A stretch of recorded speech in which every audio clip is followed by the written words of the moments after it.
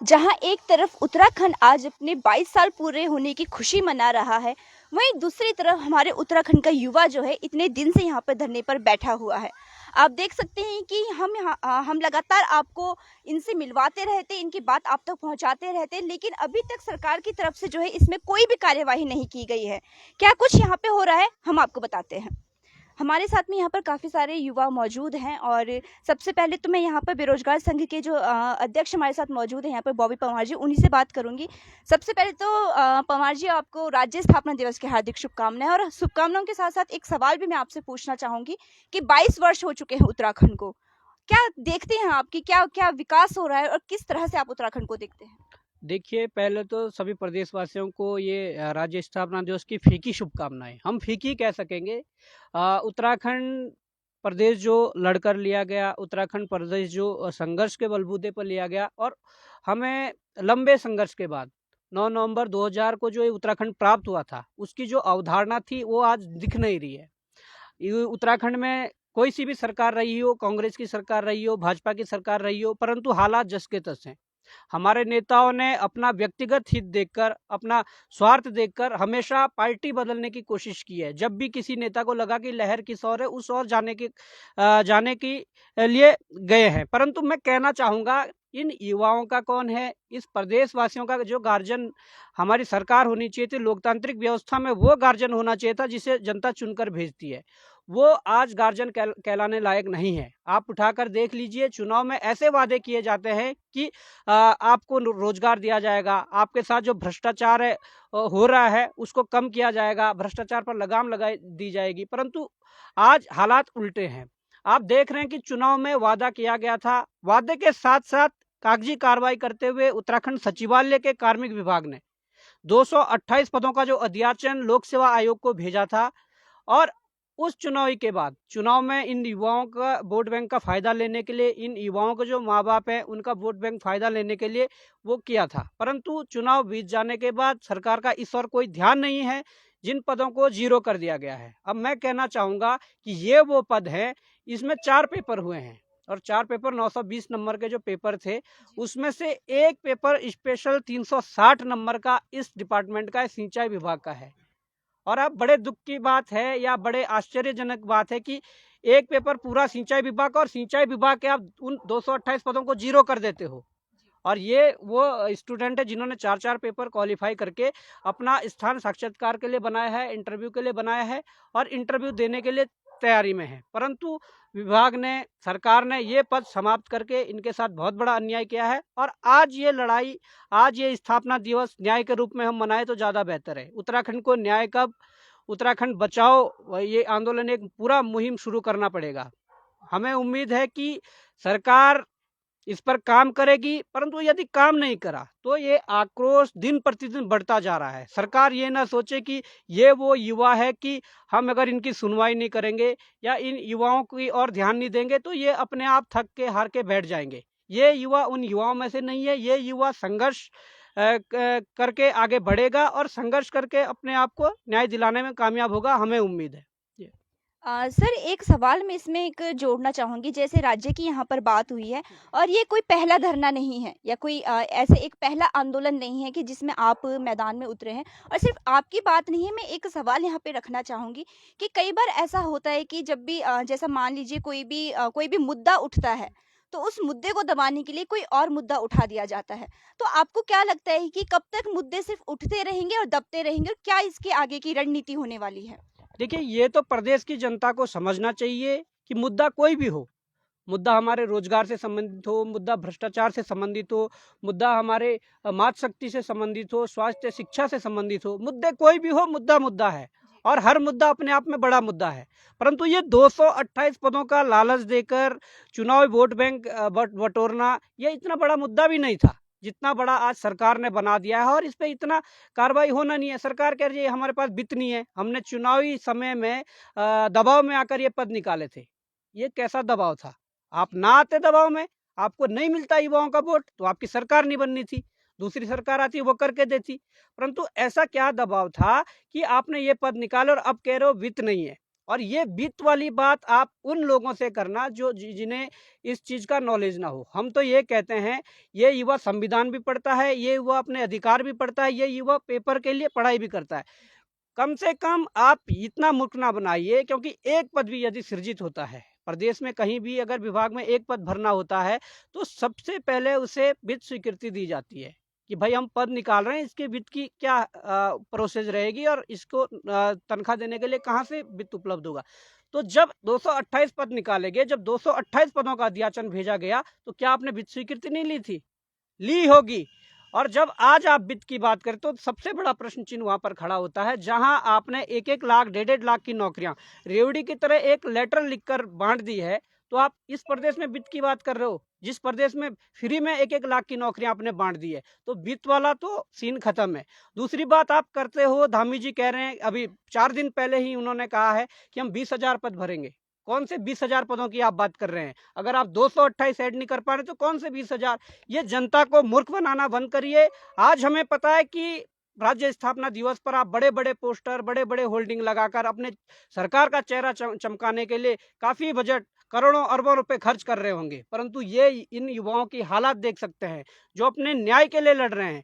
और इसमें आरटीआई के माध्यम से जब 1 साल पूर्व जब सूचना मांगी गई थी, तो उसमें 328 पर सिंचाई विभाग के खाली थे, और आज तो हम उस 228 के लिए लड़ रहे हैं जो आपने अध्याचन जारी किया था। आप उससे ऐड करके इन युवाओं को न्याय दें, तभी ये सच्ची राज्य स्थापना दिवस एक रूप से मनाया जाएगा। नहीं तो मैंने शुभकामनाएं दे दी है प्रदेशवासियों को कि ये इस फीके राज्य स्थापना दिवस की शुभकामनाएं हैं। ये तभी राज्य स्थापना दिवस वास्तव में माना जाएगा यदि यहाँ के जो वासी है, उत्तराखंडी है, उनको न्याय मिल सके, वो संतुष्ट हो इन चीज़ों से, तो तभी एक अच्छे रूप में इस राज्य स्थापना दिवस को मनाया जा सकता है। बिल्कुल सही बात आपने कही है और अपने कुछ और सवालों को लेकर मैं आपके पास आऊँगी, लेकिन उससे पहले जो और युवा हमारे साथ यहाँ पे मौजूद है, उनसे बात कर लेते हैं। सर, यहाँ पे जैसे वित्त की बात हुई है कि सरकार के पास वित्त नहीं है और इससे पहले एक और कार्यक्रम हुआ था कि सरकार को भीख दो। तो उसको मैं जोड़ते हुए आपसे एक सवाल पूछना चाहूँगी कि वो सारा सब कुछ हुआ, पूरी हर जिले के जो बच्चे हैं, जितने भी बच्चे हैं, सारे लोग सड़कों पर दिखे, लेकिन आज उसका रिज़ल्ट क्या है? मैम रिजल्ट तो अभी कुछ दिख नहीं रहा है। सब सरकार खाली बच्चों के जो बेरोजगार की आवाज़ दबाने की कोशिश कर रही है, और सुन के भी हमें अनसुना करा जा रहा है। जी। खाली मुख्यमंत्री एक दिन प्रेस कॉन्फ्रेंस करते हैं, अभी 4-5 दिन पहले, कि हम 30,000 पद निकालेंगे, 20,000 पद निकाले। हम तो सिर्फ 228 मांग रहे हैं। पहले 228 तो दे के दिखाओ, तभी तो 20,000 निकालोगे तुम। जी।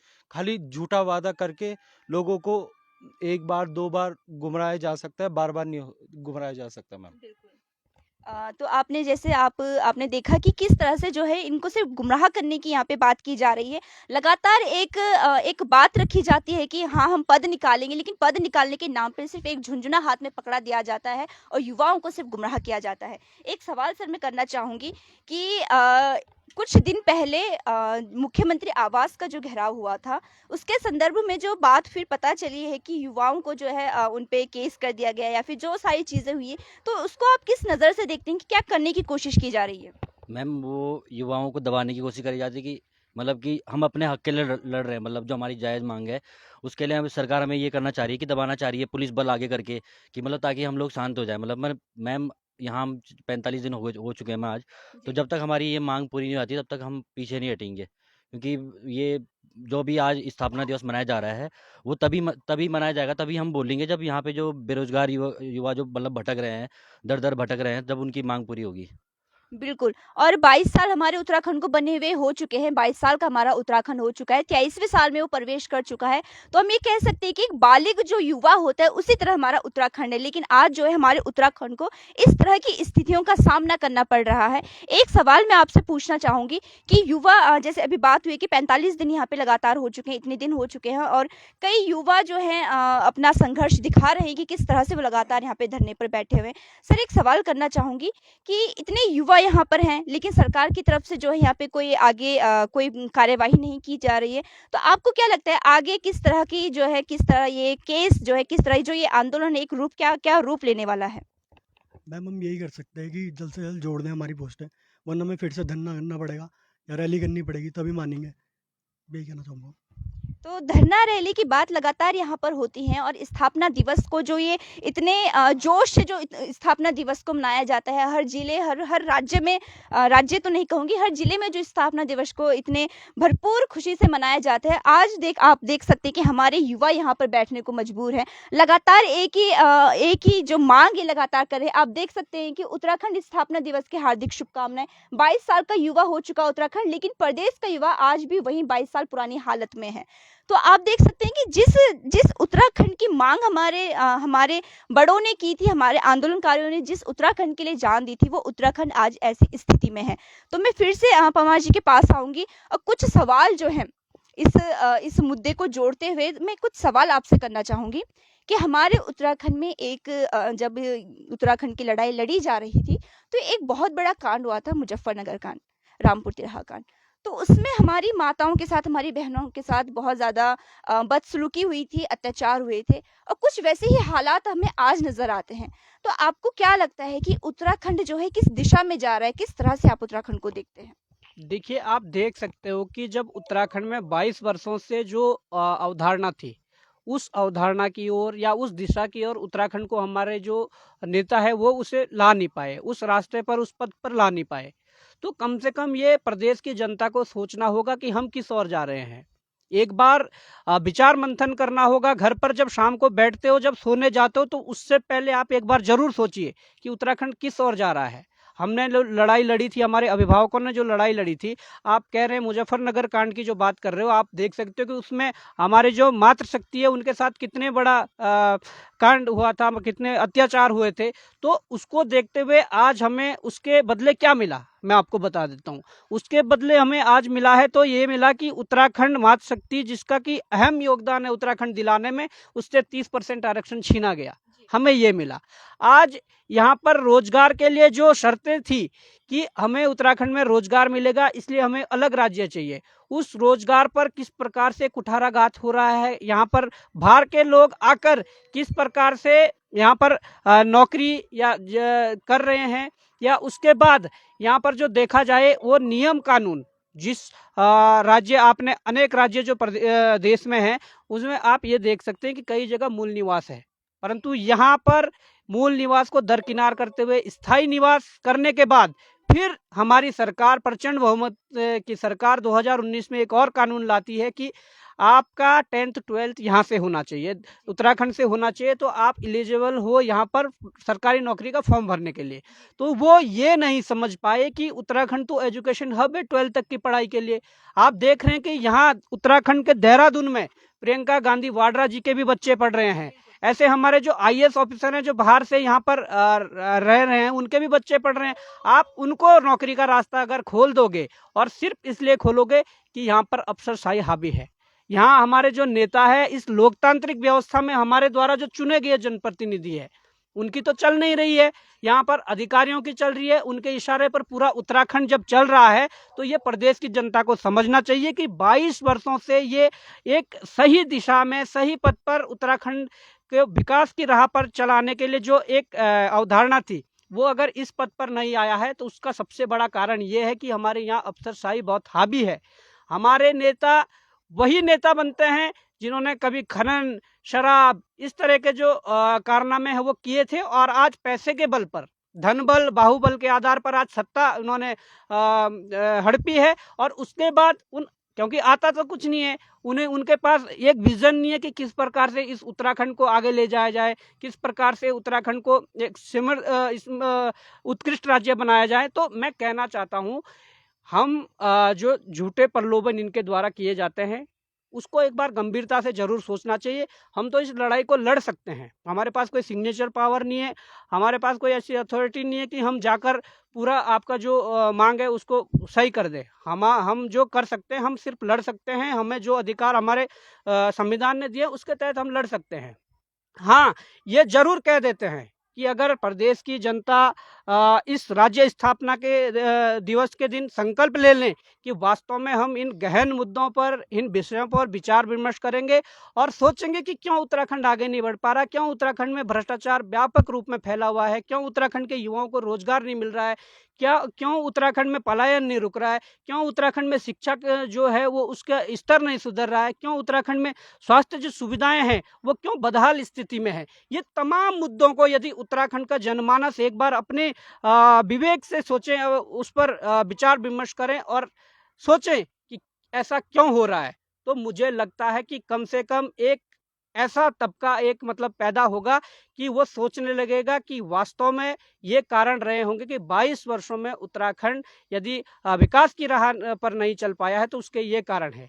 तो अगर ये उत्तराखंड के जनमानस ये सोचने लग जाएं तो हम भी तैयार हैं उसके लिए कि ऐसी एक टीम खड़ी हो उत्तराखंड में और कम से कम ऐसे शराब माफियाओं, खनन माफियाओं को दरकिनार करते हुए एक पढ़े लिखा जो तबका है वो आगे आकर इस उत्तराखंड की कमान संभाले। बिल्कुल, बिल्कुल सही बात यहाँ पे पवार जी ने कही है और एक चीज़ का ध्यान जो समस्त उत्तराखंड वासियों को ज़रूर रखना चाहिए कि हमारा उत्तराखंड बड़े संघर्षों के बाद हमें मिला है। तो इसको बचाए रखने के लिए जो एक पेशकश है, जो एक कार्यवाही है, वो कहीं न कहीं हमें ज़रूर करनी पड़ेगी। बाकी अपडेट्स को लेकर हम बने रहेंगे आपके साथ, तब तक देखते रहिए न्यूज़ स्टूडियो उत्तराखंड।